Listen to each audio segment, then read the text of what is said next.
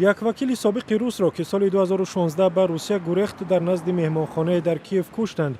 پلیسی اوکراین گفت دنیس واروننکوف را روز 23 مارت ساعت 11:25 در نزد دروازه مهمانسرای پریمیر پلاس با ضرب تیری توفنگچه کشتند.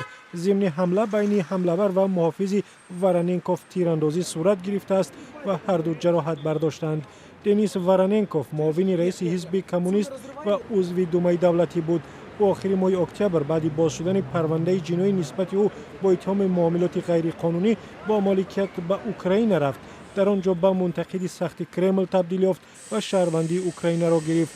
واروننکوف اشغال نیمجزیره کریم اوکراین از طرف روسیه در سال 2014 را اشتباه خوانده بود. او همچنین به ضد ویکتور یانوکوویچ رئیس جمهوری سابق اوکراین شهادت داده است که گویا ضمن آشوب‌های ضد حکومتی در ماه فوریه سال 2014 از روسیه کمک نظامی خواسته است. زمانی که متخصصان جای حادثه را تحقیق می‌کردند، رئیس جمهوری اوکراین پترو پروشنکو روسیه را به این قتل متهم کرد و آن را تروریسم دولتی نامید. مسکو این ادعا را پوچ خوانده است.